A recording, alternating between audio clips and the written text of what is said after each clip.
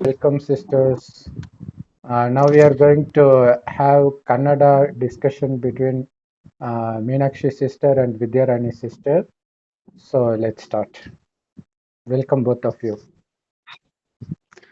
ಓಂ ಶಾಂತಿ ಬ್ರದರ್, ಓಂ ಶಾಂತಿ ಸಿಸ್ಟರ್. ಓಂ ಶಾಂತಿ. ಎಲ್ಲರಿಗೂ ಧನ್ಯವಾದ. ಸ್ವಾಗತ, ನಿಮ್ಗೂ ಸುಸ್ವಾಗತ. ನಿಮ್ಮನ್ನ ಇವತ್ತು ಭೇಟಿ ಮಾಡೋದ್ರಲ್ಲಿ ಬಹಳ ಸಂತೋಷ ಸಿಸ್ಟರ್. ಇವತ್ತು ನಾವು ವಿದ್ಯಾರಾಣಿ ಅನ್ನುವಂತಹ ಸಹೋದರಿ ಜೊತೆಯಲ್ಲಿ ಅವರ ಅನುಭವಗಳನ್ನ ಶೇರ್ ಮಾಡ್ಕೊಳ್ತಾ ಇದ್ದೀವಿ. ಅವರು ಬಾಬಾರವರ ಮಗು ಆಗಿ 2 ವರ್ಷಗಳಾಗಿದೆ. ಅವರ ಅನುಭವಗಳು ಬಹಳ ಭಿನ್ನವಾಗಿದೆ. ಇವತ್ತು ಅವರ ಮೂಲಕವೇ ಅವರ ಅನುಭವಗಳನ್ನ ನಾವು ಕೇಳೋಣ. ಸಿಸ್ಟರ್ ಹೇಳಿ, ನಿಮ್ಮ ಬನ್ನಿ. ಓಂ ಶಾಂತಿ. ಹಲೋ, ಓಂ ಶಾಂತಿ. ನಮಸ್ಕಾರ ಸಹೋದರಿ ಹಾಗೂ ಬ್ರದರ್ ಸರವಣನ್. ಈ ಒಂದು ಅವಕಾಶಕ್ಕೆ ನಾನು ಚಿರಋಣಿ. ಬಹಳ ಸಂತೋಷ ಆಗ್ತದೆ. ಕರ್ನಾಟಕದ ಜನತೆಗೆ ಹಾಗೂ ಕರ್ನಾಟಕದ ಸೋದರ ಸಹೋದರಿಯರಿಗೆ ಹಾಗೂ ಬ್ರಾಹ್ಮಣ ಪರಿವಾರದ ಎಲ್ಲಾ ಸದಸ್ಯರಿಗೆ ಈ ಒಂದು ನನ್ನ ಸಂದೇಶ ತಿಳಿಸ್ಲಿಕ್ಕೆ ಬಹಳ ಖುಷಿ ಆಗ್ತಾ ಇದೆ. ಈ ಬಹಳ ಬಹಳ ವಂದನೆಗಳು. ನಮಗೂ ಬಹಳ ಸಂತೋಷ ನಿಮ್ಮನ್ನ ಭೇಟಿ ಮಾಡಿದ್ರಲ್ಲಿ. ನಾವು ಬಾಬಾರವರಿಗೆ ಬಹಳ ಧನ್ಯವಾದವನ್ನು ತಿಳಿಸ್ತೀವಿ. ನಮಗೂ ಅಮೂಲ್ಯವಾದಂತ ಅವಕಾಶ ಸಿಕ್ಕಿದೆ ನಿಮ್ಮ ಭೇಟಿಯನ್ನು ಮಾಡಲು. ಖಂಡಿತ ಖಂಡಿತ. ಇದೊಂದು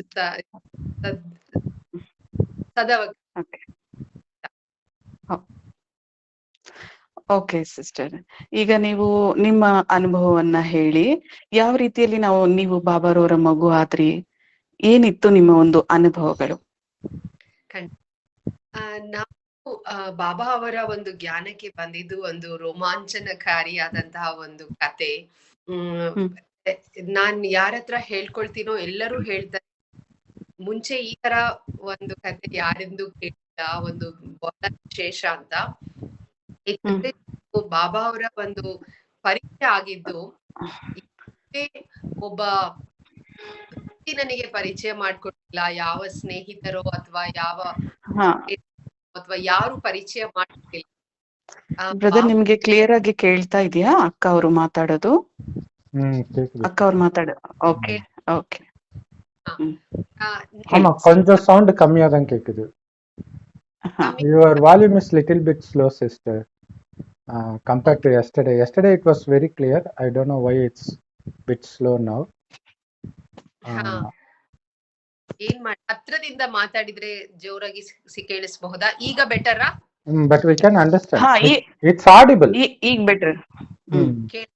ಓಕೆ, ಸ್ವಲ್ಪ ನಾನು ಜೋರಾಗಿ ಮಾತಾಡ್ತೀನಿ. ಮೇ ಬಿ ಇದು ಲೆಟ್ ಮಿ ಚೆಕ್. No, ಈಗ ಸರಿ ಇದೆ, ಈಗ ಸರಿ ಇದೆ. It's okay. ಈಗ ಸರಿ ಇದೆ. Correct now. ನಾನ್ ಹೇಗೆ ಬಂದೆ ಅನ್ನೋ ಒಂದು ರೋಮಾಂಚನಕಾರಿ ಅಂತ ಒಂದು ಸಂದರ್ಭಗಳನ್ನ ಹೇಳ್ಕೊಳಕ್ಕೆ ಬಹಳ ಖುಷಿ ಆಗತ್ತೆ.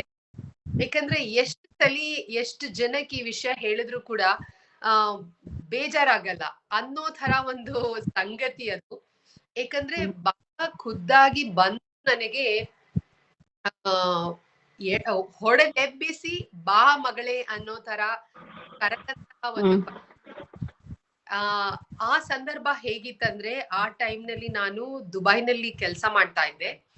ಹಾಗೂ ಚಿಕ್ಕ ವಯಸ್ಸಿನಿಂದ ನಮ್ಮ ಮನೆಯಲ್ಲಿ ನಮ್ಗೆ ಮೆಡಿಟೇಷನ್ ಹೇಳ್ಕೊಟ್ಟಿದ್ರು. ನಾವು ಆಶ್ರಮದ ಒಂದು ಫಾಲೋವರ್ಸ್ ಆಗಿ ಪ್ರಾಕ್ಟೀಸ್ ಮಾಡ್ತಾ ಇದ್ವಿ. ಹಾಗೂ ಯೋಗಾಭ್ಯಾಸ, ಪ್ರಾಣಾಯಾಮ, ಮೆಡಿಟೇಷನ್ ಇದೆಲ್ಲ ಜೀವನದಲ್ಲಿ ಒಂದು ರೀತಿಯಾಗಿತ್ತು. ಎವ್ರಿ ಡೇ ಪ್ರಾಕ್ಟೀಸ್ ಮಾಡುವಂತಹ ಒಂದು ಸಾಧನೆಯಾಗಿತ್ತು. ಹಾಗೂ ವಿಧ ಗುರುಗಳನ್ನ ಫಾಲೋ ಮಾಡಿ ಅವರ ವಿಧವಾದ ಮೆಡಿಟೇಷನ್ ಪ್ರಾಕ್ಟೀಸ್ ಮಾಡುವಂತಹ ಒಂದು ಅಭ್ಯಾಸ ಮುಂಚಿಂದ ಇತ್ತು. ಪ್ರತಿದಿನ ಬೆಳಗ್ಗೆ 4 ಗಂಟೆಗೆ ಮೆಡಿಟೇಷನ್ ಒಂದು ದಿನಚರಿ ರೂಢಿಯಲ್ಲಿತ್ತು. ಆದ್ರೆ ಅಮೃತ ವೇಳೆ ಅಂತ ಒಂದು ಪದ ನನಗೆ ಗೊತ್ತಿರ್ಲಿಲ್ಲ ಮುಂಚೆ, ಆಗಿರ್ಲಿಲ್ಲ. ಆದ್ರೆ ಆಗ ಆ ಒಂದು ಫಾಲೋ ಮಾಡ್ತಾ ಇದ್ದಂತಹ ಮಾರ್ಗದಲ್ಲಿ ಬ್ರಹ್ಮಮುಹೂರ್ತ ಅಂತ ಹೇಳ್ತಾ ಇದ್ವಿ. ಬ್ರಹ್ಮ ಮುಹೂರ್ತದಲ್ಲಿ ನಾನು ಆ ಸಂದರ್ಭದಲ್ಲಿ, ನಾನು ದುಬೈನಲ್ಲಿ ಕೆಲಸ ಮಾಡೋ ಸಂದರ್ಭದಲ್ಲಿ 2022ರಲ್ಲಿ ಫೆಬ್ರವರಿ ಮಂತ್ ಅಲ್ಲಿ ಈ ಘಟನೆಗಳು ನಡೆದಿರೋದು. ಏನ್ ನಾನು ಬೆಳಗಿನ ಜಾವ ಕೂತು ನಾನು ಮೆಡಿಟೇಷನ್ ಒಂದ್ ದಿವಸ ಕಂಟಿನ್ಯೂಸ್ ಆಗಿ ಅಬು ಅಬು ಅಬು ಅನ್ನೋ ತರ ಒಂದು ಶಬ್ದ ನನ್ಗೆ ಮನಸ್ಸಿಗೆ ತಟ್ತಾ ಇದೆ. ಒಂಥರ ಟಕ್ ಟಕ್ ಟಕ್ ಟಕ್ ಅಂತ ಆ ಶಬ್ದ ಬರ್ತಾ ಇರುತ್ತಲ್ಲ, ಹಾಗೆ ಒಂದ್ ಅಶರೀರವಾಣಿ ಹೇಳ್ತೀವಲ್ಲ, ಹಾಗೆ ಏನೋ ಒಂದು ಶಬ್ದ ಕೇಳ್ದಂಗೆ. ಇದು ಸ್ವಪ್ನ ಅಲ್ಲ, ನಾನ್ ನಿದ್ದೆ ಮಾಡ್ತಾ ಇರ್ಲಿಲ್ಲ, ಮಲ್ಗಿರ್ಲಿಲ್ಲ, ಕೂತು ಸ್ಟ್ರೇಟ್ ಆಗಿ ಕೂತು, ಆಗ ನಾನು ಟ್ರಾನ್ಸೆಂಡೆಂಟಲ್ ಮೆಡಿಟೇಷನ್ ಅನ್ನೋ ಒಂದು ಮೆಡಿಟೇಷನ್ ನ ಫಾಲೋ ಮಾಡ್ತಾ ಇದ್ದೆ. ಆ ಒಂದು ಮೆಡಿಟೇಷನ್ ಮಾಡುವ ಸಂದರ್ಭದಲ್ಲಿ ಈ ಒಂದು ಪದ ಬರ್ತಾ ಇದೆ ಕಂಟಿನ್ಯೂಸ್ ಆಗಿ, ಅಬು ಅಬು ಅಬು ಅಂತ. ನನಗೆ ಆಶ್ಚರ್ಯ, ಏನು ನನ್ಗೆ ಡೈರೆಕ್ಷನ್ ಕೊಡ್ತಾ ಇರಬಹುದು. ಆಗ ಶಿವಬಾಬಾ ಅನ್ನೋ ಪರಿಚಯ ಇಲ್ಲ, ಪರಮಾತ್ಮ ಅನ್ನೋ ಪರಿಚಯ ಇಲ್ಲ, ಆತ್ಮಜ್ಞಾನ ಇತ್ತು, ಆದ್ರೆ ಆತ್ಮ ಏನು, ಎಲ್ಲಿದೆ, ಏನು ಅಂದ್ರೆ ನಿಮ್ಮ ಪರಿವಾರದಲ್ಲಿ ಚಿಕ್ಕ ವಯಸ್ಸಿಂದ ಯೋಗವನ್ನು, ಅಂದ್ರೆ ನೀವು ಮೆಡಿಟೇಷನ್ ಅಂತ ಏನ್ ಹೇಳ್ತಾ ಇದ್ದೀರಾ, ಅದನ್ನ ನೀವು ಭಿನ್ನ ರೀತಿಗಳಲ್ಲಿ ಅನುಭವ ಮಾಡಿದ್ದೀರಾ. ಆದ್ರೆ ಬ್ರಹ್ಮಕುಮಾರಿಸ್ ಬಗ್ಗೆ ನಿಮ್ಗೆ ಯಾವ ಅನುಭವನೂ ಇರ್ಲಿಲ್ಲ, ಅದ್ರ ಹೆಸರನ್ನು ಕೂಡ ನೀವು ಕೇಳಿರ್ಲಿಲ್ಲ. ಅದ್ರ ಹೆಸರು ಕೂಡ ಕೇಳ ಪರಿಚಯ ಇಲ್ಲ, ಯಾವತ್ತು ಯಾವ ಸೆಂಟರ್ಗೆ ಕೂಡ ಹೋಗಿಲ್ಲ. ಯಾರು ಕೂಡ ನಮ್ಮ ಫ್ಯಾಮಿಲಿನಲ್ಲಿ ಯಾವ್ದು ಬ್ರಹ್ಮಕುಮಾರಿಗೆ ವಿಸಿಟ್ ಮಾಡ್ಲಿಲ್ಲ, ಯಾರು ಜ್ಞಾನ ಆತರ ಏನು ಅದ್ರ ದೂರದಿಂದ ಕೂಡ ಒಂದು ಸಂಬಂಧ ಕೂಡ ಇರ್ಲಿಲ್ಲ. ಹಾಗಾಗಿ ಹೀಗೆ ನನ್ಗೆ ಒಂದ್ ದಿವಸ ಅಬು ಅಬು ಅಬು ಅನ್ನೋ ವರ್ಡ್ ಕೇಳ್ತಾ ಇತ್ತಲ್ಲ, ನಾನು ವಾಸ ಮಾಡ್ತಾ ಇದ್ದಿದ್ರಿಂದ ನಾನು ಹೇಗೆ ಇಂಟರ್ಪ್ರಿಟ್ ಮಾಡಿದೆ ಅಂತಂದ್ರೆ, ನಾನ್ ತಿಳ್ಕೊಂಡೆ ಪ್ರಾಬಬ್ಲಿ ಅಬುದಾಬಿ ಅನ್ನೋ ಬರ್ತಾ ಇದೆ, ಅದು ನಮ್ಮ ಪಕ್ಕ ಊರು. ಅಲ್ಲಿ ನನಗೆ ಏನೋ ಕೆಲಸ ಮಾಡುವಂತ ಒಂದು ಇರಬಹುದು, ಪ್ರಾಜೆಕ್ಟ್ ಇರಬಹುದು, ನನ್ನ ವೃತ್ತಿಯ ಹಾಗಿರ್ಬಹುದು ಅಂತ ಪ್ಲಾನ್ ಮಾಡಿ ಅಬುದಾಬಿಗೆ ಹೋದೆ. 2-3 ಮೀಟಿಂಗ್, ಏನು ವಿಶೇಷ ಹೊರಬರ್ಲಿಲ್ಲ ಅದ್ರಿಂದ. ಮತ್ತೆ ದಿನ 2-3 ದಿವಸ ಬಿಟ್ಟು ಮತ್ತೆ ನನ್ಗೆ ಮೆಡಿಟೇಷನ್ ಅಲ್ಲಿ ಅದೇ ಅಬು ಅಬು ಅಂತ ಬರುತ್ತೆ. ಹೀಗೆ ಹಲವು ದಿನಗಳ ಸಮಯದಲ್ಲಿ ಈ ಪದ ಕಂಟಿನ್ಯೂಸ್ ಆಗಿ ಬರ್ತಾ ಇದೆ. ನನಗೆ ಸಮಸ್ಯೆ ಆಗಕ್ ಶುರುವಾಯ್ತು ಮನಸ್ಸಿನಲ್ಲಿ, ಇಷ್ಟು ಸ್ಟ್ರಾಂಗ್ ಆಗಿ ಈ ಪದ ಯಾಕೆ ಪದೇ ಪದೇ ಬರ್ತಾ ಇದೆ, ಅದರ ಗೂಢ ಏನಿರಬಹುದು ಅಂತ ನನಗೆ ಅದನ್ನ ಡಿಸೈಡ್ ಮಾಡಕ್ಕೆ ಸಾಧ್ಯವೇ ಆಗ್ತಾ ಇರ್ಲಿಲ್ಲ, ಗೊತ್ತಾಗ್ತಾ ಇರ್ಲಿಲ್ಲ ಏನಿದ್ರ ಅರ್ಥ ಅಂತ. ಕೊನೆಗೆ ಸ್ವಲ್ಪ ದಿವಸ ಕಳೆದ್ಮೇಲೆ ಇನ್ನೊಂದು ಪದ ಅದಕ್ಕೆ ಆಡ್ ಆಯ್ತು, ಮೌಂಟ್ ಅಂತ.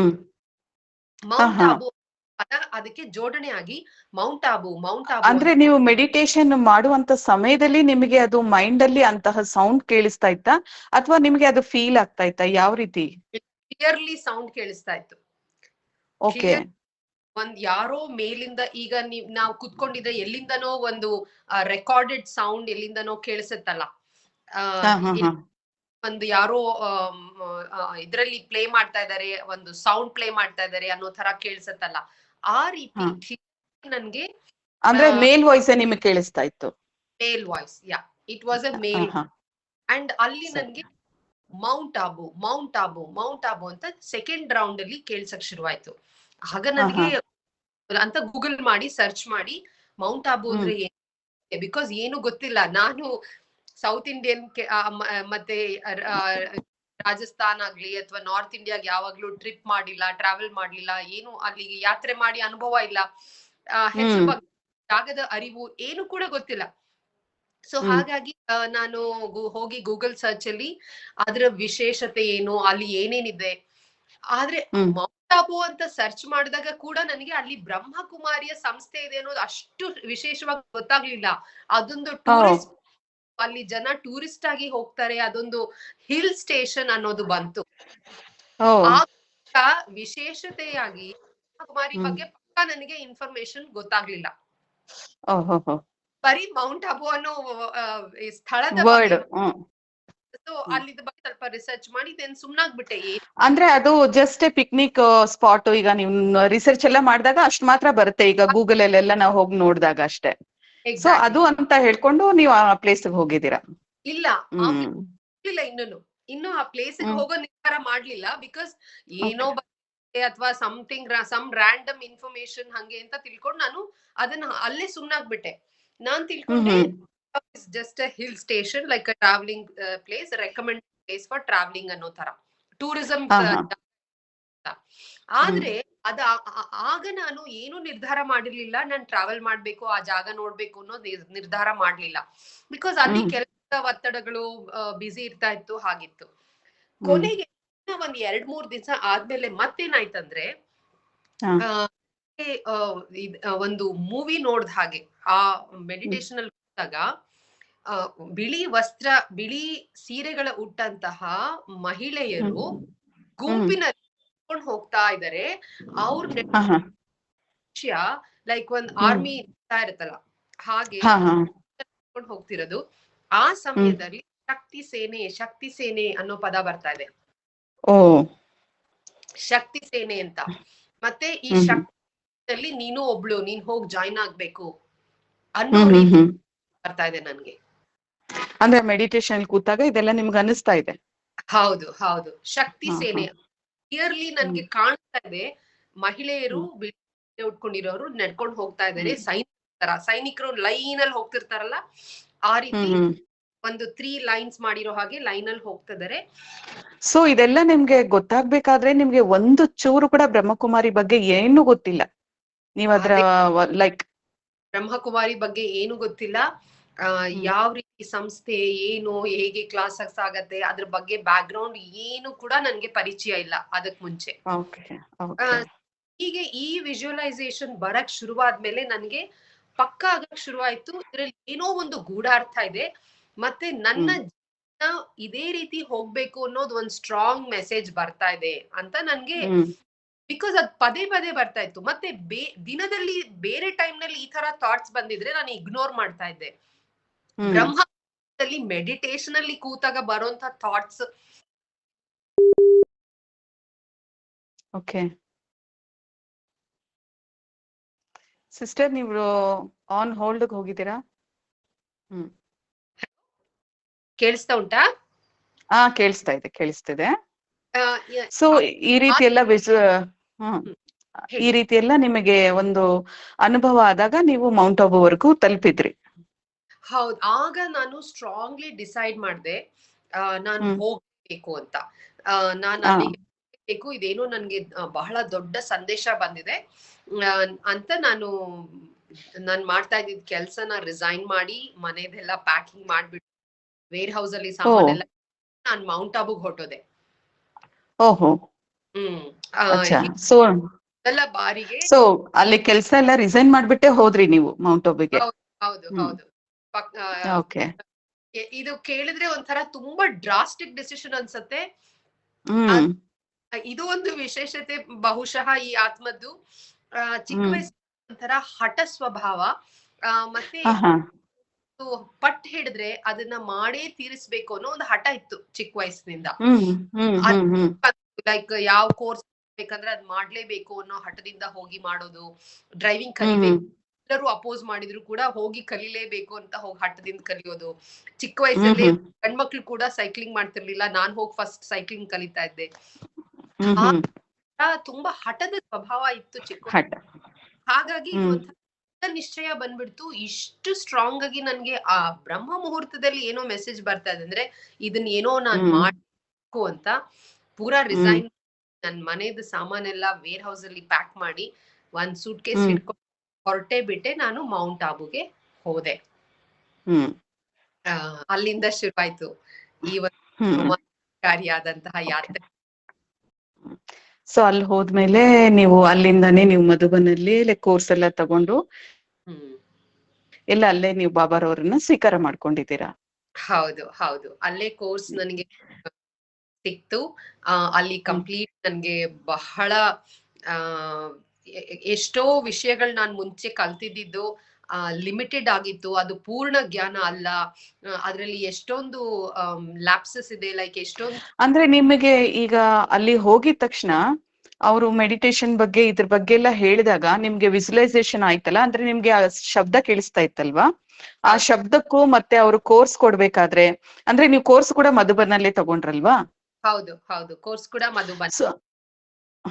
ಸೊ ಇಲ್ಲಿಂದ ನೀವಾಗೇ ನೀವು ಮೌಂಟ್ ಆಬುಗೆ ಹೋಗಿ ಮತ್ತೆ ಅಲ್ಲೇ ಮೌಂಟ್ ಆಬಲ್ಲೇ ಉಳ್ಕೊಂಡು ಅಲ್ಲಿ ಕೋರ್ಸ್ ತಗೊಂಡು ಅಲ್ಲೇ ಇದ್ದು ನೀವು ಆ 7 days ಕೋರ್ಸ್ ಕೂಡ ಮಾಡಿದ್ದೀರಾ? ಹೌದು ಹೌದು. ಅಲ್ಲಿ 7 day ಅಲ್ಲೇ ಕಂಟಿನ್ಯೂ ಮಾಡಿ ಸ್ಟೇ ಮಾಡಿ ಭಟ್ಟಿಗಳೆಲ್ಲ ಮಾಡಿ ಆಮೇಲೆ ವಾಪಸ್ ಬಂದೆ. ಅಂದ್ರೆ ಅಲ್ಲೇ ಆ ನಿಮಿಷದಲ್ಲೇ ಅಲ್ಲಿ ಹೋಗಿ ನೀವ್ ಇದನ್ನೆಲ್ಲ ಕೇಳ್ಬೇಕಾದ್ರೇನೆ ನಿಮ್ಗೆ ನಿಶ್ಚಯ ಆಗೋಯ್ತು? ಆಕ್ಚುಲಿ ಫಸ್ಟ್ ಹೋಗಿ ಬಿಗಿನಿಂಗ್ ಅಲ್ಲಿ ನಾನು ಕೋರ್ಸ್ ಮಾಡುವಾಗ ತಕ್ಷಣ ನಿಶ್ಚಯ ಆಗಿರ್ಲಿಲ್ಲ. ತುಂಬಾ ಕ್ವೆಶನ್ಸ್ ಬರ್ತಿತ್ತು. ಬಿಕಾಸ್ ಮುಂಚಿಂದ ಬೇಕಾದಷ್ಟು ಕಲ್ತ್ ಬಿಟ್ಟಿದ್ನಲ್ಲ, ಆ ತರ ಮೆಡಿಟೇಷನ್, ಈ ತರ ಮೆಡಿಟೇಷನ್, ಯೋಗ ಅಥವಾ ಸ್ಪಿರಿಚುಯಾಲಿಟಿನಲ್ಲೂ ಆಧ್ಯಾತ್ಮದ ಬಗ್ಗೆ, ಆತ್ಮ ಅಂದ್ರೆ ಏನು, ಅದೆಲ್ಲ ಇತ್ತು ಕ್ವೆಶನ್ಸ್. ಆದ್ರೆ ಐ ಥಿಂಕ್ ಬಾಬಾ ಏನ್ ಮಾಡಿದ್ರು ಅಂದ್ರೆ ಇದನ್ನ ಬಾಬಾರವರ ಬಗ್ಗೆ ತಿಳ್ಕೊಳಕ್ ಮುಂಚೆ ನೀವು ಆಧ್ಯಾತ್ಮಿಕದಲ್ಲಿ ಯಾವ್ದ್ರಲ್ಲೆಲ್ಲ ನೀವು ಇದು ಎಜುಕೇಶನ್ ಮಾಡಿದ್ರಿ? ಆಕ್ಚುಲಿ ಮುಂಚೆ ಚಿಕ್ಕ ವಯಸ್ಸಿಂದ ಬಹಳ ಓದೋಂತಹ ಒಂದು ಅಭ್ಯಾಸ ಇತ್ತು. ಆದ್ರಿಂದ ಆನಂದರ ಆಶ್ರಮದಲ್ಲಿ ಯಾವ ಪುಸ್ತಕಗಳು ಸಿಕ್ತಿತ್ತು ಅದೆಲ್ಲ ಓದ್ತಾ ಇದ್ವಿ. ಮತ್ತೆ ಮನೆಯಲ್ಲಿ ಭಗವದ್ಗೀತೆ ಪಾರಾಯಣ ನಡೀತಾ ಇತ್ತು ರೆಗ್ಯುಲರ್ಲಿ. ಹಾಗೆ ಈ ಒಂದು ಬ್ಯಾಕ್ ಗ್ರೌಂಡ್ ಇಂದ ಬಂದಿರೋದ್ರಿಂದ ಬಹಳ ನನಗೆ ನನ್ನ ಗ್ರಾಜುಯೇಷನ್ ನಾನು ಮಾಡಿದ್ದು ಮೇಜರ್ ಸಬ್ಜೆಕ್ಟ್ ಫಿಲಾಸಫಿ. ಸೊ ನಾನು ಫಿಲಾಸಫಿನ ಮೇಜರ್ ಸಬ್ಜೆಕ್ಟ್ ಆಗಿ ತಗೊಂಡು ಓದಿದ್ರಿಂದ ಭಾರತ ಆಧ್ಯಾತ್ಮ ಮಾತ್ರ ಅಲ್ಲ, ವಿದೇಶದ ಹಲವಾರು ದೇಶಗಳ ಆಧ್ಯಾತ್ಮವನ್ನ ಓದಕ್ಕೆ ನನಗೆ ಒಂದು ಅವಕಾಶ ಸಿಕ್ತು. ಸೊ ಬೇರೆ ಬೇರೆ ಆಧ್ಯಾತ್ಮದ ಪುಸ್ತಕಗಳನ್ನೆಲ್ಲ ಓದಿ ನಾನು ಕಲ್ತಿದ್ದೆ. ಆದ್ರೆ ರೋಮಾಂಚನಕಾರಿಯಾದಂತಹ ವಿಶೇಷ ಏನ್ ಅಲ್ಲಿ ಬಾಬಾಯಿಂದ ಅಲ್ಲಿ ಹೋಗಿ ಅಲ್ಲಿರುವಂತಹ ಬ್ರದರ್ಸ್ ನನಗೆ ಕೊಟ್ಟಂತಹ ಒಂದು ಜ್ಞಾನದಿಂದ ಬಂದಂತಹ ಒಂದು ರಿವಿಲೇಷನ್ ಅಂದ್ರೆ, ಮಿಕ್ಕಿದ್ದೆಲ್ಲ ಏನ್ ಕಲ್ತಿದ್ನಲ್ಲ ಅದು ತುಂಬಾ ಲಿಮಿಟೆಡ್ ಆಗಿತ್ತು, ಅಪೂರ್ಣವಾಗಿತ್ತು, ಪೂರ್ಣ ಇಲ್ಲ. ಸೊ ಇಷ್ಟೊಂದು ಎಜುಕೇಶನ್ ಮಾಡಿದ್ರು ನಿಮ್ಗೆ ಸ್ಯಾಟಿಸ್ಫ್ಯಾಕ್ಷನ್ ಸಿಕ್ಕಿರ್ಲಿಲ್ಲ. ಯಾವಾಗ ನೀವು ಆ ಬಾಬಾರವರ ಜ್ಞಾನವನ್ನು ಕೇಳಿದ್ರು, ಆ 7 days ಕೋರ್ಸ್ ಕೇಳಿದ್ರು, ಆಗ್ಲೇ ನಿಮ್ಮ ಮನಸ್ಸು ತೃಪ್ತಿ ಆಗಕ್ಕೆ ಶುರು ಆಯ್ತು. ಹೌದು. ಆಗ ತುಂಬಾ ಕೆಲವು ಆನ್ಸರ್ ಇಲ್ಲದೆ ಇರುವಂತಹ ಪ್ರಶ್ನೆಗಳಿಗೆಲ್ಲ ಉತ್ತರ ಸಿಗಕ್ ಶುರುವಾಯ್ತು. ಈಗ ಅನ್ನೋಂತಹ ಪ್ರಶ್ನೆಗೆ ಬೇರೆ ಕಡೆ ಎಲ್ಲೂ ಉತ್ತರ ಸಿಗ್ತಿರ್ಲಿಲ್ಲ. ಗುರುಕುಟಿ ಮಧ್ಯೆ ಪ್ರಶ್ನೆಗೆ ಉತ್ತರ ಸಿಕ್ತು. ಅದ್ರ ಆಕಾರ ಅಂದ್ರೆ ನಿಮ್ಮಲ್ಲಿ ಅವಾಗ ಅಂದ್ರೆ ಇಷ್ಟು ಎಜುಕೇಶನ್ಸ್ ಮಾಡ್ಬೇಕಾದ್ರೆ ನಿಮ್ಮಲ್ಲಿ ಪ್ರಶ್ನೆ ಹೇಳ್ತಾ ಇತ್ತ, ಆತ್ಮ ಅಂದ್ರೆ ಏನು, ಇವ್ರು ಯಾವ ವಿವರಣೆಯನ್ನ ಕೊಡ್ತಾ ಇದ್ದಾರೆ, ಅದು ಎಲ್ಲಿರ್ಬೋದು ಶರೀರದಲ್ಲಿ, ಈ ರೀತಿಯಾದಂತ ಪ್ರಶ್ನೆಗಳೆಲ್ಲ ನಿಮ್ಮಲ್ಲಿ ಹುಟ್ಲಿಲ್ವಾ? ತುಂಬಾ ಪ್ರಶ್ನೆಗಳು ಹುಟ್ತಾ ಇತ್ತು. ಹಾಗೂ ತುಂಬಾ ಕಡೆ ಎಲ್ಲ ಕಡೆ ಕರೆಕ್ಟ್ ಆಗಿ ಆನ್ಸರ್ ಸಿಗ್ತಾ ಇರ್ಲಿಲ್ಲ. ಮತ್ತೆ ಕೆಲವರೆಲ್ಲ ಪ್ರಶ್ನೆ ಮಾಡಿದ್ರೆ ಅದನ್ನ ತಪ್ಪಾಗಿ ತಿಳ್ಕೊಳ್ತಾ ಇದ್ರು, ನಮ್ಮನ್ನ ನಂಬ್ತಾ ಇಲ್ಲ, ನಮ್ ಬಗ್ಗೆ ವಿಶ್ವಾಸ ಇಲ್ಲ ಅನ್ನೋ ರೀತಿ ತಿಳ್ಕೊಳ್ತಾ ಇದ್ರು. ಮತ್ತೆ ಇನ್ನೊಂದು ಆಧ್ಯಾತ್ಮ ಆಗ್ಲಿ ಅಥವಾ ಭಕ್ತಿಯಲ್ಲಿ ಏನಾಗ್ತಾ ಇತ್ತಂದ್ರೆ, ನಾವು ದೇವತೆಗಳನ್ನ ಮತ್ತೆ ಪರಮಾತ್ಮನ್ನ ಬೇರೆ ಬೇರೆ ಅನ್ನೋ ರೀತಿನಲ್ಲಿ ಹೇಳಕ್ ಹೋದ್ರೆ ಅವರು ವಿಶ್ವಾಸ ಇಲ್ಲ ಅಂತ ತುಂಬಾ ಅಫೆನ್ಸಿವ್ ಆಗಿ ತಿಳ್ಕೊಳ್ತಾ ಇದ್ರು, ನಮ್ಮನ್ನ ತಪ್ಪಾಗಿ ತಿಳ್ಕೊಳ್ತಾ ಇದ್ರು, ಕೋಪ ಮಾಡ್ತಾ ಇದ್ರು. ಅಂದ್ರೆ ಈಗ ನೀವು ಕೂಡ ಲೈಕ್ 7 days ಕೋರ್ಸ್ ತಗೊಳ್ಳೋವರೆಗೂ ನಿಮ್ಗೆ ಪರಮಾತ್ಮ ಅನ್ನೋ ಪರಿಚಯ ಇತ್ತಾ? ಇಲ್ಲ, ಖಂಡಿತ. ದೇವ್ರ ಬಗ್ಗೆನೇ ನೀವು ಬಹಳಷ್ಟು ಪ್ರಶ್ನೆಗಳನ್ನ ಕೇಳ್ತಾ ಇದ್ರ ಹಾಗಾದ್ರೆ ಆ ಸಮಯದಲ್ಲಿ? ಹೌದು. ಬೇರೆ ವಿಧವಾದ ದೇವರುಗಳನ್ನ ಪೂಜೆ ಮಾಡ್ತೀವಿ. ಯಾಕೆ ಹಾಗೆ ಏನೋ ಈಗ ಗಣಪತಿ ಇರಬಹುದು, ಹನುಮಾನ್ ಇರಬಹುದು, ಅಥವಾ ಆಗ ಶಿವ ಹಾಗೂ ಶಂಕರನ ವ್ಯತ್ಯಾಸ ಕೂಡ ಗೊತ್ತಿರ್ಲಿಲ್ಲ. ಎರಡು ಒಂದೇ. ಹೌದು ಹೌದು. ಕೂಡ ಗೊತ್ತಿರ್ಲಿಲ್ಲ. ದೇವಿ ಪೂಜೆ ನಾವು ಒರಿಜಿನಲಿ ಮೈಸೂರಿನಿಂದ ಬರೋದ್ರಿಂದ ಚಾಮುಂಡೇಶ್ವರಿಗೆ ಬಹಳ ಪೂಜೆ ಮಾಡ್ತಾ ಇದ್ವಿ.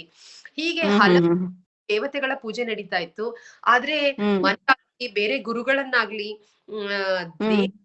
ಬಗ್ಗೆ ಅಥವಾ ಇದರಲ್ಲಿ ಮುಖ್ಯವಾದ ದೇವ್ರು ಯಾವುದು, ಇದಕ್ಕೆ ಎಲ್ಲಾ ದೇವತೆಗಳಲ್ಲಿ ಶ್ರೇಷ್ಠ ಯಾರು ಅನ್ನೋದ್ರ ಬಗ್ಗೆ ಬರೀ ಮತ್ತೆ ಮತ್ತೆ ಹುಟ್ಟಿ ಬರ್ತಾರೆ ಅಂತ ಮಾತ್ರ ಹೇಳ್ತಾರೆ ಹೊರತು ಶ್ರೇಷ್ಠವಾದ ದೇವ್ರು ಯಾರು ಅನ್ನೋದಕ್ಕೆ ಉತ್ತರ ಸಿಗ್ತಾ ಇರ್ಲಿಲ್ಲ. ಪರಮಾತ್ಮಕ್ಕೆ ಉತ್ತರ ಸಿಗ್ತಾ ಇರ್ಲಿಲ್ಲ. ಹಾಗೂ ಪರಮಾತ್ಮ ಈಗ ಶಿವಲಿಂಗ ಯಾಕೆ ಆಗಿದೆ, ಶಿವನೇ ಎಲ್ಲ ಶ್ರೇಷ್ಠನಾ ಅಲ್ವಾ, ಅಥವಾ ಸಮಾನನ, ಬೇರೆ ದೇವತೆಗಳಿಗೆ ಸಮಾನನ, ಈ ಎಲ್ಲಾ ಒಂದು ಪ್ರಶ್ನೆಗಳಿಗೆ ಉತ್ತರ ಸಿಗ್ತಾ ಇರ್ಲಿಲ್ಲ. ಸೊ ಕೋರ್ಸ್ ನೀವು 7 days ತಗೋಬೇಕಾದ್ರೆ ಇದ್ರೆಲ್ರ ಈ ಎಲ್ಲಾ ಸಂಶಯದ ಉತ್ತರ ಸಿಕ್ಕಿದೆ ನಿಮ್ಗೆ? ಹೌದು ಹೌದು. ಆಗ ನಿಮ್ಗೆ ಸ್ಯಾಟಿಸ್ಫ್ಯಾಕ್ಷನ್ ಆಯ್ತು, ನನ್ಗೆ ಬೇಕಾಗಿದ್ ಸಿಕ್ಕಿದೆ ಅನ್ನೋ ಒಂದು ತೃಪ್ತಿ ಆಯ್ತು ನಿಮ್ಗೆ? ಹೌದು.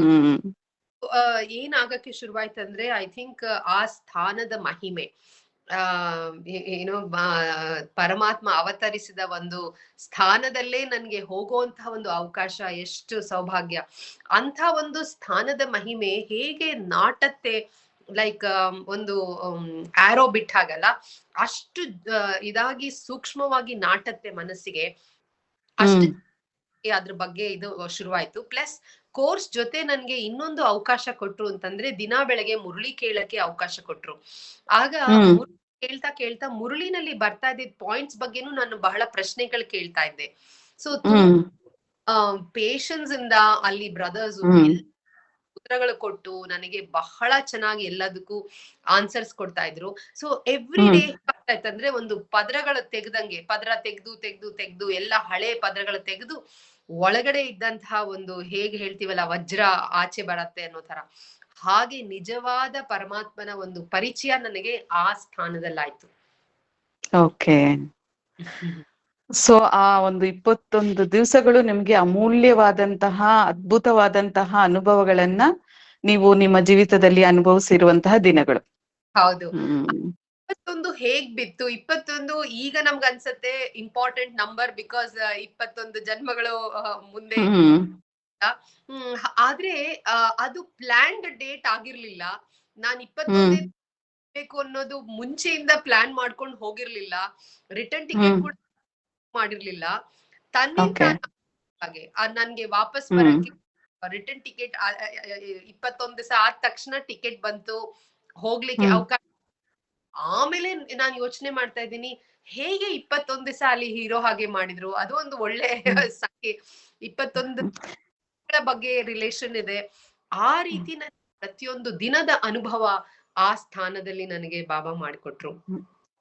ಸೊ ನಿಮಗೆ ಅಲ್ಲಿ ಖಂಡಿತವಾಗ್ಲೂ ಗೊತ್ತಾಗೋಯ್ತು ಇವ್ರೊಬ್ರೇ ಪರಮಾತ್ಮ ಅಂತ. ಇನ್ನ ಯಾವ್ದೆಲ್ಲ ಪ್ರಪಂಚದಲ್ಲಿ ಬೇರೆ ಯಾವ್ದೆಲ್ಲ ಯೋಗಗಳನ್ನ ಕಲಿಸ್ತಾ ಇದ್ದಾರೋ ಅದು ಶಾರೀರಿಕ ಯೋಗ ಆಗಿದೆ. ಆದ್ರೆ ಪರಮಾತ್ಮನ ಜೊತೆ ಮಿಲನ ಏನ್ ನಾವು ಮಾಡ್ತಾ ಇದೀವೋ ಇದು ಬೇರೆ ರೀತಿಯಾದಂತಹ ಒಂದು ಮಿಲನ ಆಗಿದೆ. ಈ ಯೋಗ ರಾಜಯೋಗ ಏನಿದೆಯೋ ಇದು ಬೇರೆ, ಇವ್ರು ತಿಳಿಸ್ಕೊಡುವಂತಹ ಯೋಗಗಳು ಬೇರೆ. ಇದರ ಅನುಭೂತಿಗಳನ್ನ ನೀವಲ್ಲಿ ಮಾಡಿದ್ರಿ. ಆ ಡಿಫ್ರೆನ್ಸ್ ಏನು ಅನ್ನೋದು ನಿಮ್ಗೆ ಗೊತ್ತಾಗೋಯ್ತು. ಆಕ್ಚುಲಿ ನನಗೆ ಸ್ಟ್ರಾಂಗ್ ಡಿಫ್ರೆನ್ಸ್ ಗೊತ್ತಾಗಿದ್ದು ವೃಕ್ಷದ ಬಗ್ಗೆ ನಮ್ಗೆ ಪಾಠ ಹೇಳ್ಕೊಡ್ತಾರಲ್ಲ, ಅದು ನನಗೆ ಕ್ಲಿಯರ್ಲಿ ಗೊತ್ತಾಯ್ತು. ಹೇಗೆ ಧರ್ಮ ಗುರುಗಳು ಬೇರೆ ಬೇರೆ ಹಂತದಲ್ಲಿ ಬಂದ್ರು, ಅವರ ಜೋಡಣೆ ಹಿಸ್ಟ್ರಿನಲ್ಲೂ ನಾವು ನೋಡಿದೀವಿ. ಸೊ ಆ ಗುರುಗಳು ಬಂದಿದ್ದೆಲ್ಲ ಬ್ರಾಂಚಸ್, ಆ ಒಂದು ವೃಕ್ಷದ ಬ್ರಾಂಚಸ್. ಸೊ ಅದರ ಬೇರು, ಅದರ ಸೀಡ್, ಬೀಜ ರೂಪ ಪರಮಾತ್ಮ ಒಬ್ನೇ. ಅಲ್ಲಿ ಆ ಪರಮಾತ್ಮ ಬೇರೆ ಎಲ್ಲರೂ ಸೃಷ್ಟಿಯಾಗಿರೋದು ಅಂತ ಕರೆಕ್ಟ್ ಆಗಿ ಸ್ಟ್ರಾಂಗ್ ಆಗಿ ಆ ಒಂದ್ ಸಂದರ್ಭದಲ್ಲಿ ಗೊತ್ತಾಯ್ತು. ಆಗ ಗೊತ್ತಾಯ್ತು ಧರ್ಮಗಳಿಗೂ ಒಂದು ಮೂಲ ಒಬ್ಬನೇ ಪರಮಾತ್ಮ ಅಂತ. ಸೊ ಅದರ ನಂತರ ನಿಮ್ಮ ಜೀವಿತದಲ್ಲಿ ಬಂದಂತಹ ಪರಿವರ್ತನೆಗಳು ಏನ್ ಸಿಸ್ಟರ್? ನನಗೆ ಬಂದಂತಹ ಪರಿವರ್ತನೆ ಅಂದ್ರೆ, ಈ ಮುಂಚೆ ಲೌಕಿಕದಲ್ಲಿ ಬ್ರಾಹ್ಮಣ ಸಂಪ್ರದಾಯದಲ್ಲಿ ಹುಟ್ಟಿ ಬಂದಿರೋದು, ನಮ್ಮ ಲೌಕಿಕ ಫ್ಯಾಮಿಲಿ ಬ್ರಾಹ್ಮಣರು ಅನ್ನೋ ಒಂದು ಇದು. ಆದ್ರೆ ಒಂದು ನನಗೆ ಇಲ್ಲಿ ಏನ್ ಅನ್ಸ್ತಾ ಅಂತಂದ್ರೆ, ನಿಜವಾದ ಬ್ರಾಹ್ಮಣ ಅಂದ್ರೆ ಅರ್ಥ ಏನು? ಬ್ರಾಹ್ಮಣ ಬರ್ತಾರೆ, ಸಂಗಮ ಯುಗ ಅಂದ್ರೆ ಏನು, ಹೇಗೆ ಸಂಗಮ ಯುಗ, ನಿಜವಾದ ಬ್ರಾಹ್ಮಣ ಅನ್ನೋ ಪದದ ಅರ್ಥ ಈಗ ಗೊತ್ತ. ಮತ್ತೆ ಸಂಪ್ರದಾಯ, ನೇಮೆ ನಿಷ್ಠೆ, ಮತ್ತೆ ಮಡಿ ಎಲ್ಲ ಮಾಡೋರು ತುಂಬಾ ಅಜ್ಜಿ ಟೈಮ್ ನಲ್ಲಿ. ಆಗ ಈ ಬ್ರಾಹ್ಮಣರ ಮರ್ಯಾದೆಗಳೆಲ್ಲ ಹೇಳ್ಕೊಡೋರು, ಹೀಗಿರ್ಬೇಕು ಆತರ ಎಲ್ಲ. ಆಗ ಆಗಿ ನಾನು ರಿವೋಲ್ಟ್ ಮಾಡ್ತಿದ್ದೆ, ಅದಕ್ಕೆ ಆಕ್ಷೇಪಣೆ ಮಾಡ್ತಾ ಇದ್ದೆ. ಅಜ್ಜಿ ಅವ್ರ ಜೊತೆ, ಅಮ್ಮನ ಜೊತೆ ಹಠ ಮಾಡೋದು, ನಾನು ಇದ್ ಮಾಡೋದಿಲ್ಲ. ಆ ರೀತಿಯ ಒಂದು ಜೀವನ ದಿನಚರಿ ನಡೀತಾ ಇತ್ತು. ಆದ್ರೆ ನಿಜವಾದ ಬ್ರಾಹ್ಮಣ ಅಂದ್ರೇನು, ಮುಖವಂಶಾವಳಿ ಆದ್ವಿ. ಈಗ ನಮ್ಮನ್ನ ಬಾಬಾ ಒಪ್ಕೊಂಡು ಮಗುವಾಗಿ ನಮ್ಮನ್ನ ಸಮರ್ಪಿತ ಮಾಡ್ಕೊಂಡ್ಮೇಲೆ, ಆ ನಿಜವಾದ ಜೀವನ ಆದ್ಮೇಲೆ ಆ ಬ್ರಾಹ್ಮಣ ಜೀವನದ ದಿನಚರಿಯ ಮರ್ಯಾದೆಗಳು ಹೇಳ್ಕೊಟ್ಟಿದಾರಲ್ಲ ಇದ್ರಲ್ಲಿ. ಹೌದು, ಮರ್ಯಾದೆ ಅಮೃತ ಬಾಬಾರವರು ಕೊಟ್ಟಿರುವಂತಹ ಶ್ರೀಮತದ ಆಧಾರದ ಪ್ರತಿಯೊಂದು ಪೂರಾ ದಿನಚರಿಯ ಮರ್ಯಾದೆಗಳೇನಿದೆಯಲ್ಲ, ಅದನ್ನ ಫಾಲೋ ಮಾಡ್ಲಿಕ್ಕೆ, ಅದನ್ನ ನಾವು ದಿನನಿತ್ಯದಲ್ಲಿ ಅಳವಡಿಸ್ಕೊಳ್ಳಿಕ್ಕೆ ಈಗ ಸಂತೋಷ ಆಗತ್ತೆ. ಅಷ್ಟು ಖುಷಿ ಸಂತೋಷದಿಂದ ಆ ಒಂದು ದಿನಚರಿಯನ್ನ ಫಾಲೋ ಮಾಡ್ಲಿಕ್ಕೆ ಮುಂಚೆ ಹೇಗಾಗ್ತಾ ಇತ್ತು ಅದನ್ನ ಬಲವಂತವಾಗಿ ಮಾಡೋದು ಅಥವಾ ಒಂದು ಯಾಕಪ್ಪ ಮಾಡ್ಬೇಕು, ಯಾಕೆ ಇದೆಲ್ಲ ಮಾಡಿದ್ದಾರೆ, ಇದು ಮೇ ಬಿ ಏನೋ ಡಿಸ್ಕ್ರಿಮಿನೇಷನ್ ಮಾಡ್ತಾ ಇದಾರೆ ಬೇರೆ ಜಾತಿಯವ್ರಿಗೆ, ಜಾತಿ ಅನ್ನೋ ಪದದ ಅರ್ಥ ಕೂಡ ಗೊತ್ತಿಲ್ಲ, ಶೂದ್ರ ಅಂದ್ರೆ ಏನು ಅಂತ ಕೂಡ ಆಗ ಗೊತ್ತಿರ್ಲಿಲ್ಲ. ಸರಿಯಾದ ರೀತಿಯಲ್ಲಿ ಅದ್ರ ಜ್ಞಾನ ಬಂದಿರೋದ್ರಿಂದ ನಾವು ಲೈಕ್ ಯಾವ ಸ್ಥಾನದಲ್ಲಿ ಶೂದ್ರ ಆಗಿದ್ವಿ, ಶೂದ್ರ ಆಗಿ ಹೇಗೆ ಬ್ರಾಹ್ಮಣನಾಗಿ ಕನ್ವರ್ಟ್ ಆದ್ವಿ, ಹೇಗ್ ಬಂದಿದೀವಿ ಈಗ ಬ್ರಾಹ್ಮಣನಾಗಿ, ಅದ್ರ ನಿಜವಾದ ಹಾಗೂ ಶ್ರೀಮತವನ್ನ ಫಾಲೋ ಮಾಡುವಂತಹ ಒಂದು ಮರ್ಯಾದೆಗಳು ಏನ್ ಹೇಳ್ಕೊಟ್ಟಿದಾರೋ ಅದು ನನ್ನ ಜೀವನವನ್ನ ಪರಿಪೂರ್ಣವಾಗಿ ಬದಲಾಯಿಸ್ಬಿಟ್ಟಿದೆ. ಅದು ನಾನು ಹಿಡಿದು ಜೀವನನ ನಡೆಸುವಂತ ರೀತಿಯಿಂದ ಹಿಡಿದು ಹಾಗೂ ಜೀವನದಲ್ಲಿ ಬರುವಂತಹ ಹಲವಾರು ಏರುಪೇರುಗಳು ಇರುತ್ತಲ್ಲ, ಅದನ್ನೆಲ್ಲ ಸಂಪೂರ್ಣ ರೀತಿ ಬದಲಾಗ್ಬಿಟ್ಟಿದೆ. ಅದು ಒಂದು ದೊಡ್ಡ ಮಹತ್ವ. ಹಾಗಾಗಿ ನಿಮ್ಗೆ ಲೌಕಿಕ ಪರಿವಾರದಿಂದಾನು ಸಪೋರ್ಟ್ ಸಿಕ್ಕಿದೆ, ಎಲ್ಲಾ ರೀತಿಯಲ್ಲೂ ನಿಮ್ಗೆ ಅನುಕೂಲವಾಗಿದೆ. ನಿಮ್ಮ ಕೆಲಸದ ಮೇಲೆ ನಿಮ್ಗೆ ಇದು ಯಾವ ರೀತಿ ಉಪಯೋಗ ಆಗ್ತಾ ಇದೆ, ನೀವು ಯಾವ ರೀತಿಯಲ್ಲಿ ಸರ್ವಿಸ್ ಕೊಡ್ತಾ ಇದ್ದೀರಾ ಬಾಬಾರವರಿಗೆ? ಹೌದು, ಕೆಲಸದಲ್ಲೂ ಕೂಡ ತುಂಬಾ ಚೆನ್ನಾಗಿ ಅದರ ಮಹತ್ವ ಬೀರ್ತಾ ಇದೆ. ಏಕಂದ್ರೆ ನಮ್ಮ ವೈಬ್ರೇಷನ್ ಪಾಸಿಟಿವ್ ಇದ್ದಾಗ ಹೊರಗಡೆ ನಮ್ಮನ್ನ ಮೀಟ್ ಮಾಡುವಂತ ಜನದ ವೈಬ್ರೇಷನ್ ಕೂಡ ಬದಲಾಗತ್ತೆ. ಒಂದು ಉದಾಹರಣೆ ಕೊಡ್ಬೇಕಂದ್ರೆ, ನನ್ನ ಆಫೀಸ್ ನಲ್ಲಿ ಮುಂಚೆ ಕ್ಲೈಂಟ್ಸ್ ಎಲ್ಲ ಬಂದು ಮೀಟ್ ಮಾಡ್ಬೇಕು, ಕೂತು ನನ್ ಜೊತೆ ಡಿಸ್ಕಸ್ ಮಾಡಿ ಅಥವಾ ಅಡ್ವೈಸ್ ತಗೋಬೇಕು, ಕನ್ಸಲ್ಟೇಷನ್ ತಗೋಬೇಕಂದ್ರೆ ಕೆಲವು ಸಲ ತುಂಬಾ ಡಿಸ್ಟರ್ಬ್ ಆಗುವಂತಹ ಪರಿಸ್ಥಿತಿ ಇರತ್ತೆ, ಅಡಚಣೆಗಳು ಬರ್ತಿರತ್ತೆ, ಹಾಗೆಲ್ಲ ಇರ್ತಾ ಇತ್ತು. ಒಂದು ಚಿಕ್ಕ ಯುಕ್ತಿ ನನಗೆ ಒಬ್ರು ಸೀನಿಯರ್ ದಾದಿ ಹೇಳ್ಕೊಟ್ರು. ವೇಟಿಂಗ್ ಹಾಲ್ ಅಂದ್ರೆ ನೀವು ಯಾವ ಕೆಲಸವನ್ನ ಮಾಡ್ತಾ ಇದ್ರಿ, ಲೈಕ್ ಕೆಲಸದ ಮೇಲೆ ನಿಮ್ಗೆ ಇದು ಉಪಯೋಗ ಅಂದ್ರೆ ಲೈಕ್ ಯಾವ ರೀತಿಯಲ್ಲಿ ನೀವು ಯಾವ ಕೆಲಸವನ್ನ ನಿರ್ವಹಣೆ ಮಾಡ್ತಾ ಇದ್ರಿ, ಅದ್ರಲ್ಲಿ ಇದು ನಿಮ್ಗೆ ಹೇಗೆ ಉಪಯೋಗ ಆಯ್ತು? ಆಯ್ತು, ನಾನು ಹೆಲ್ತ್ ಕೇರ್ ನಲ್ಲಿ ಕೆಲಸ ಮಾಡ್ತೀನಿ. ಅಂದ್ರೆ ನಾನು ದೇಶಗಳಲ್ಲಿ ಹೆಲ್ತ್ ಕೇರ್ ಸಿಸ್ಟಮ್ ಅಡ್ವಾನ್ಸ್ ಆಗಿಲ್ಲ. ತುಂಬಾ ಜನ ಅವರಿಗೆ ಏನಾದ್ರೂ ಸರ್ಜರಿ ಮಾಡ್ಕೋಬೇಕು, ಮೇಜರ್ ಸರ್ಜರಿ ಮಾಡ್ಕೋಬೇಕಂದ್ರೆ ಅವರೆಲ್ಲ ಭಾರತಕ್ಕೆ ಪ್ರಯಾಣ ಮಾಡ್ತಾರೆ. ಇಲ್ಲಿ ಅಲ್ಲಿಂದ ಇಲ್ಲಿಗೆ ಬರ್ಬೇಕು. ಇಲ್ಲಿಗೆ ಬರ್ಬೇಕು, ಇಲ್ಲಿ ಬಂದು ಅವರು ಟ್ರೀಟ್ಮೆಂಟ್ ತಗೊಳ್ತಾರೆ. ಹೃದಯದ ಮೆದುಳಿನ ಸರ್ಜರಿ ಇರಬಹುದು ಅಥವಾ ಯಾವುದೇ ಅಂತ ಅಂಗಾಂಗಗಳ ಸರ್ಜರಿ ಇರಬಹುದು. ಅದನ್ನೆಲ್ಲ ಮಾಡುವ ಯಾವುದೇ ರೀತಿಯ ಶಸ್ತ್ರಚಿಕಿತ್ಸೆ ಇರ್ಲಿ, ಆ ಚಿಕಿತ್ಸೆಗಳನ್ನ ಮಾಡ್ಕೋಬೇಕಾದ್ರೆ ಅವರು ಅಲ್ಲಿ ದೇಶದವರು ಇಲ್ಲಿ ಭಾರತಕ್ಕೆ ಬಂದು ಟ್ರೀಟ್ಮೆಂಟ್ ತಗೋಬೇಕು.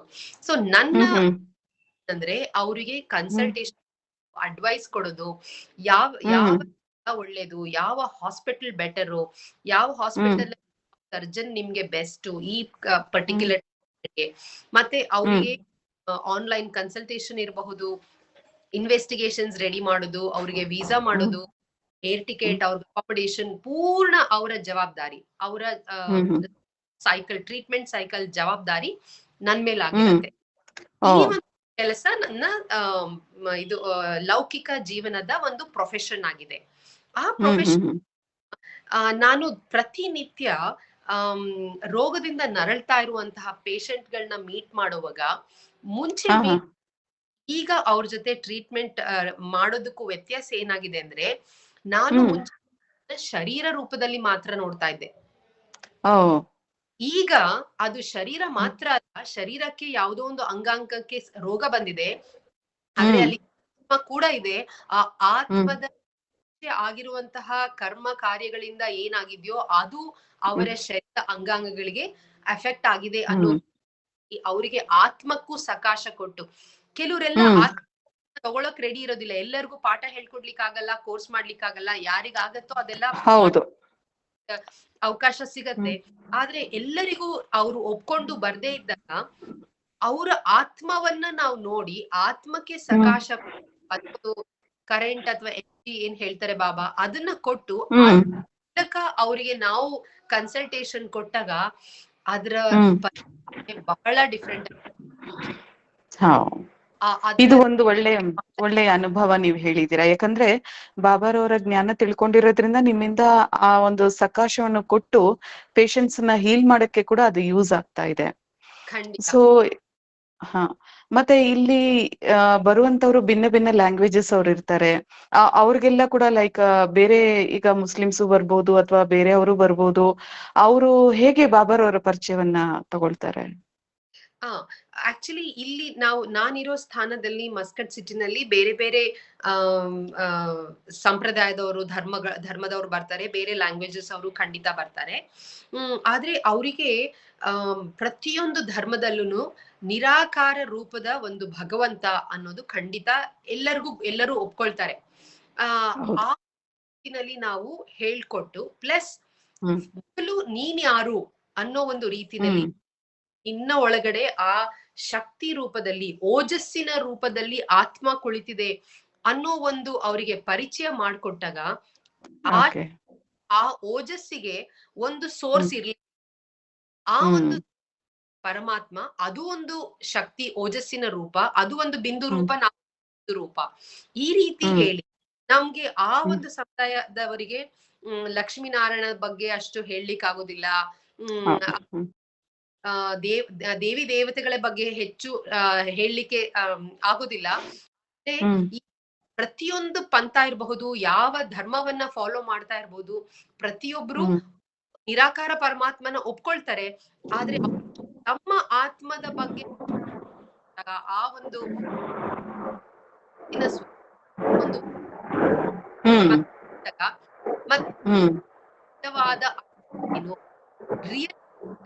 ಕರೆಕ್ಟ್ ಮೀನಿಂಗ್ ಯೋಗ ಎರಡರ ಮಿಲನ. ಆ ಎರಡು ಏನು? ಆ ಎರಡರ ಮಿಲನ ನಿಮ್ಮ ಓಜಸ್ಸು, ನಿಮ್ಮ ಒಂದು ಪಾಯಿಂಟ್ ಆಫ್ ಲೈಟ್ ಏನಿದೆ, ಒಂದು ಬಿಂದು ರೂಪದ ಒಂದು ಶಕ್ತಿ ಏನಿದೆ, ಅದು ಪರಮಾತ್ಮನ ಶಕ್ತಿ, ಅವರ ಜೊತೆ ಜೋಡಣೆ ಆಗೋದಂತ ಅದೇ ಯೋಗ. ಅದರ ಅರ್ಥ ಯೋಗ ಫಿಸಿಕಲ್ ಆಗಿ ಹಠ ಮಾಡುವಂತದ್ದಲ್ಲ, ಇದರ ಒಂದು ಜೋಡಣೆ ಯೋಗ. ಇದು ಫಂಡಮೆಂಟಲಿ ಆಸ್ ಎ ಫೌಂಡೇಶನ್, ತಳಪಾಯವಾಗಿ ಎಲ್ಲರಿಗೂ ಬಹಳ ಮುಖ್ಯ ಅನ್ನೋ ತುಂಬಾ ಜನ ಈ ವಿಷಯನ, ಯಾವುದೇ ಭಾಷೆ ಇರಬಹುದು, ಯಾವುದೇ ರಿಲಿಜನ್ ಫಾಲೋ ಮಾಡ್ತಾ ಇರ್ಬೋದು, ಎಲ್ಲರೂ ಅದನ್ನ ಒಪ್ಕೊಳ್ತಾರೆ. ಸೊ ಬಾಬಾರವರು ನಿಮ್ಮನ್ನ ಸೇವೆಯಲ್ಲಿ ಬಹಳ ಉಪಯೋಗಿಸ್ತಾ ಇದ್ದಾರೆ. ಅಲ್ಲಿ ಬಹಳಷ್ಟು ಜನರಿಗೆ ಬಾಬಾರವರ ಪರಿಚಯವನ್ನು ನೀವು ನೀಡ್ತಾ ಇದ್ದೀರಾ. ಬಾಬಾ ಸ್ವಂತ ಸೆಲೆಕ್ಟ್ ಮಾಡ್ತಾರಲ್ಲ, ಯಾರು ಅವರಿಗೆ ಬೇಕು ನಿಮಿತ್ತ ಮಾಡ್ಕೊಂಡ್ ಬಿಡ್ತಾರೆ. ಆ ರೀತಿ ನಿಮಿತ್ತ ಮಾಡಿ ಈ ಒಂದು ಸಂಗಮ ಯುಗದಲ್ಲಿ, ಈ ಒಂದು ಜನ್ಮದಲ್ಲಿ ಈ ಒಂದು ಅವಕಾಶ ಕೊಟ್ಟಿದಾರಲ್ಲ, ಅದಕ್ಕೆ ನಾನು ಪ್ರತಿದಿನ ಬಾಬಾಗೆ ಎಷ್ಟು ಥ್ಯಾಂಕ್ಸ್ ಹೇಳಿದ್ರು ಸಾಲದು. ಹಾಗೆ ಬಹಳ ಹೆಮ್ಮೆ ಕೂಡ ಅನ್ಸತ್ತೆ, ಬಹಳ ಸಂತೋಷ ಆಗತ್ತೆ. ಅದು ಒಂದು ಆ ಒಂದು ಸಂತೋಷದ ಒಂದು ಬುಗ್ಗೆ ಎದೇಳ್ತಾ ಇರತ್ತಲ್ಲ,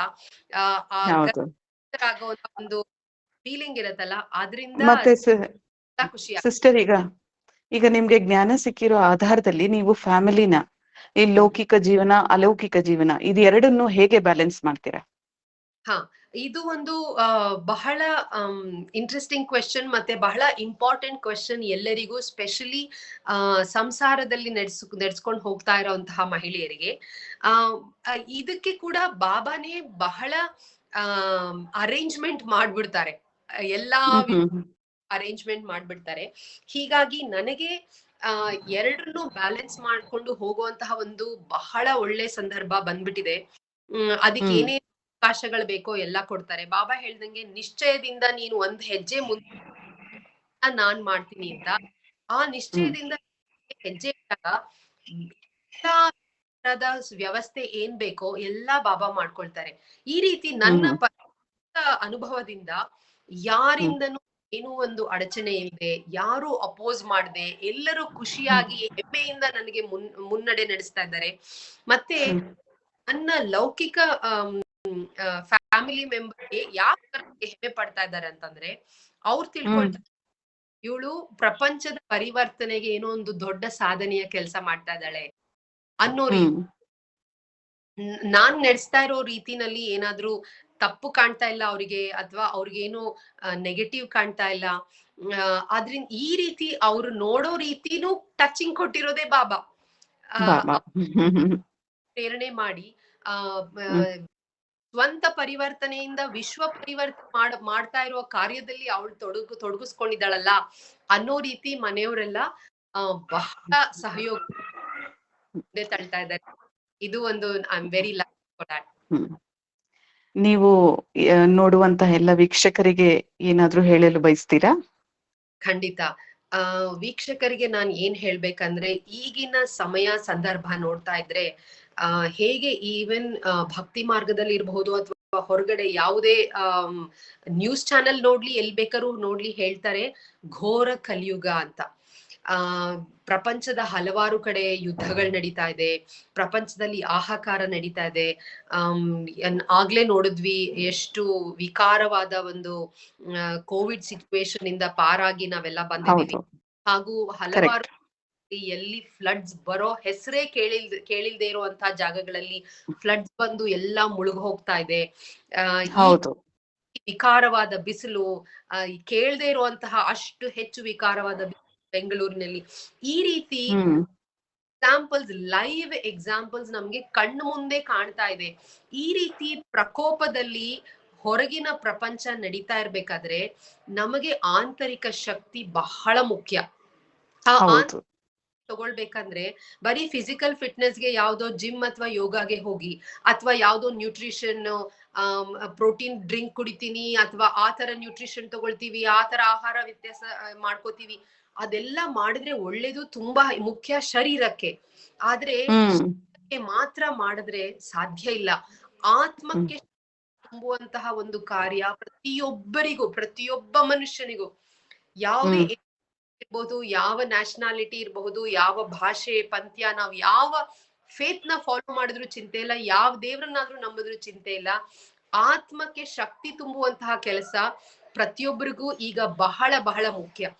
ಹಾಗಾಗಿ ಎಲ್ಲಾ ವೀಕ್ಷಕರಲ್ಲಿ ನನ್ನ ಒಂದು ವಿನಂತಿ, ಇದರ ಬಗ್ಗೆ ಖಂಡಿತ ಯೋಚನೆ ಮಾಡಿ, ಚಿಂತನೆ ಮಾಡಿ, ಹಾಗೂ ಆತ್ಮಜ್ಞಾನವನ್ನ ಪಡ್ಕೊಂಡು ಆತ್ಮಕ್ಕೆ ಶಕ್ತಿ ಹೇಗೆ ಬರಕ್ ಸಾಧ್ಯ, ಅದನ್ನ ಹೇಗೆ ಪಡ್ಕೋಬಹುದು ಅಂತ ಈ ಒಂದು ವಿಶೇಷ ನಮ್ಮ ಸಂಸ್ಥೆದ ಏನಂದ್ರೆ, ಎಲ್ಲಾ ಇಡೀ ಪ್ರಪಂಚದ ಯಾವುದೇ ಊರಲ್ಲಿ 3 ಕಿಲೋಮೀಟರ್ ದೂರದ ಡಿಸ್ಟೆನ್ಸ್ ನಲ್ಲಿ ನಿಮಗೆ ಒಂದು ಕೇಂದ್ರ ಸಿಗತ್ತೆ. ಅಲ್ಲಿ ಹಲವಾರು ವಾಲಂಟಿಯರ್ಸ್ ಇರ್ತಾರೆ, ಹಲವಾರು ಜನ ಇದ್ರ ಬಗ್ಗೆ ಹೇಳಲಿಕ್ಕೆ, ಜ್ಞಾನ ಕೊಡ್ಲಿಕ್ಕೆ ತುಂಬಾ ಜನ ಇರ್ತಾರೆ. ಸೊ ಇದ್ರ ಬಗ್ಗೆ ನಿಮ್ಮ ಚಿಂತನೆ ಇದ್ರ ಬಗ್ಗೆ ಕೊಡಿ ಅಂತ ಎಲ್ಲಾ ವೀಕ್ಷಕರಿಗೆ ನಾನು ಹೇಳಲಿಕ್ಕೆ ಮನಸ್ಪಡ್ತೀನಿ. ಬಹಳ ಬಹಳ ಧನ್ಯವಾದಗಳು ಸಿಸ್ಟರ್, ನಿಮ್ಮ ಅನುಭವಗಳನ್ನ ನೀವು ಹಂಚ್ಕೊಂಡಿದ್ದಕ್ಕೆ. ಓಂ ಶಾಂತಿ.